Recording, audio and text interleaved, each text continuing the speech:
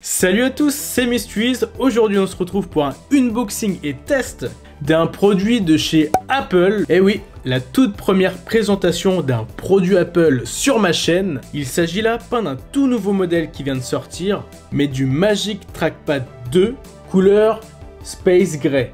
Le trackpad est actuellement vendu 149 € chez Apple. Maintenant, actuellement sur Amazon couleur Space Gray, il est moins cher, il vaut 119 €. Il y a quand même 30 € de différence, mais quand je vois le prix de la Magic Mouse, elle vaut 84,95 € sur Amazon. Alors, est-ce que ça vaut le coup de rajouter 30 € pour l'obtenir? On va voir ça. J'ai beaucoup hésité entre la Magic Mouse et le trackpad.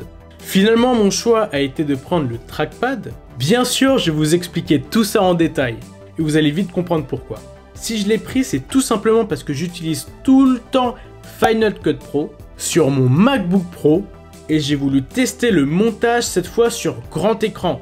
Donc, je branche mon écran et le Mac sur HDMI et là, ça permettra de retranscrire l'écran de notre Mac sur notre grand écran d'ordi. C'est un trackpad qui est sans fil. On va maintenant ouvrir ça, on va voir ce que contient la boîte et également comment se présente le produit.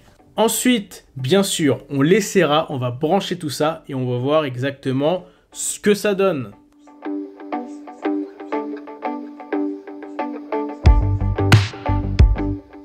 Alors, on va maintenant procéder au unboxing du Magic Trackpad 2. Bon, déjà, on remarque qu'il n'y a pas d'ouverture facile. Donc, on va la faire à la barbare.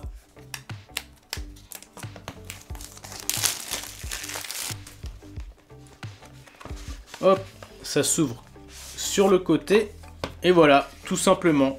Petite languette ici, toujours pour le relever avec élégance. On a fourni un câble USB vers port Lightning et c'est marrant parce que il est de couleur noire. C'est la première fois que j'en vois d'ailleurs. Ça fait bizarre, on n'a pas l'habitude. La petite notice ici du trackpad, rien de spécial. Voici le produit. Je l'imaginais quand même plus volumineux au niveau de l'épaisseur. Il est quand même relativement léger aussi. Et par contre, au niveau de sa taille, il est assez grand. On va l'ouvrir. Petit logo Apple ici avec une partie qui est anti-dérapante.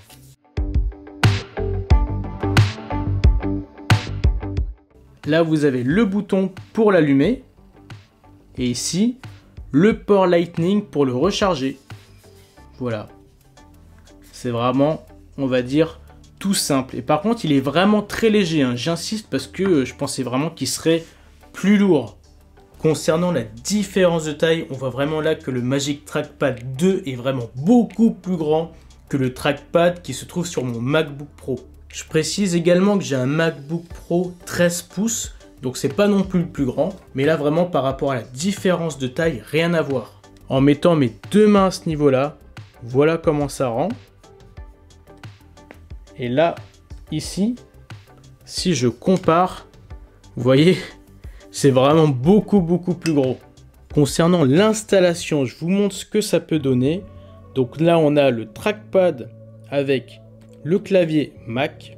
Donc c'est un clavier qui est filaire, mais bon, ça fait le taf. J'ai également un écran, donc l'écran Asus 2K, qui fera office d'écran pour mon Mac. Bien sûr, je vous mettrai le lien en description de mon écran, parce que franchement, il est très propre. Une fois le Mac posé, il vous faudra ce type d'accessoire en USB-C pour vous brancher ici en HDMI et également brancher tous vos USB. Petite astuce, si vous fermez votre Mac comme ceci, pour qu'il puisse retranscrire directement sur l'écran, il faudra le brancher via adaptateur secteur. Maintenant que ça c'est fait, on va brancher notre trackpad directement via l'USB et Lightning. Et là on se retrouve sur mon écran et c'est vraiment ouf parce que tout s'est connecté tout seul. Là on peut faire des changements de bureau. On reprend exactement les mêmes fonctions que sur le trackpad intégré sur le Mac. Vous avez également toujours disponible le Force Touch. C'est-à-dire que là, vous pourrez exercer une force particulière pour réaliser certaines actions. exactement comme sur un trackpad normal ou sur votre iPhone. Je suis vraiment très impressionné parce que ça fait vraiment bizarre d'avoir un trackpad aussi grand et c'est vraiment très agréable, surtout pour naviguer. C'est important de le souligner, mais vous pouvez également l'utiliser sur votre iPad ou iPad Pro. Concernant l'autonomie du produit, j'en ai pas parlé. Apple annonce 2 heures de charge pour a priori 1 mois d'utilisation. Donc franchement, la batterie là, c'est vraiment pas le problème. On va maintenant s'intéresser à Final Cut Pro. On va voir si c'est simple. On va faire donc du cut. On va pouvoir cut. C'est exactement la même chose que sur le Mac version portable. Après réflexion, j'ai vraiment bien fait de prendre plutôt le trackpad que la souris. C'est beaucoup plus rapide à manœuvrer, surtout lorsque vous faites des montages où là vous devez être vraiment minutieux et tout découper au millimètre près. C'est beaucoup plus intuitif, beaucoup plus rapide qu'avec la souris. Donc forcément, je vous le recommande vivement, surtout si vous souhaitez travailler avec votre Mac sur grand écran pour un usage type Final Cut Pro et montage. Si vous avez ne serait-ce que la Magic Mouse ou le trackpad, n'hésitez pas à nous dire en commentaire ce que vous en pensez. Et surtout, abonnez-vous à la chaîne, likez la vidéo. Je vous mettrai également en description le lien du produit pour le retrouver moins cher sur Amazon. Merci d'avoir regardé cette vidéo. N'hésitez pas à nous dire en commentaire si vous préférez la Magic Mouse ou le trackpad. Bon, on se reverra bientôt et je vous souhaite à tous une excellente journée et à la prochaine.